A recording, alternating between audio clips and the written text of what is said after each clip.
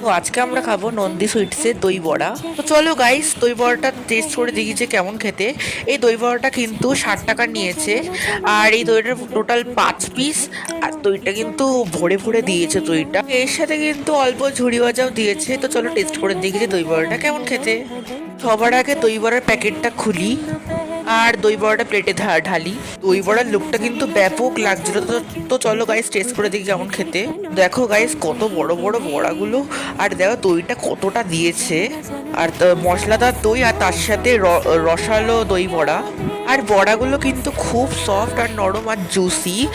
তো মুখে দিতেই বড়াগুলো গলে গেছিল। দই বড়াটা না খুব ব্যাপক খেতে আর খুব সুস্বাদু।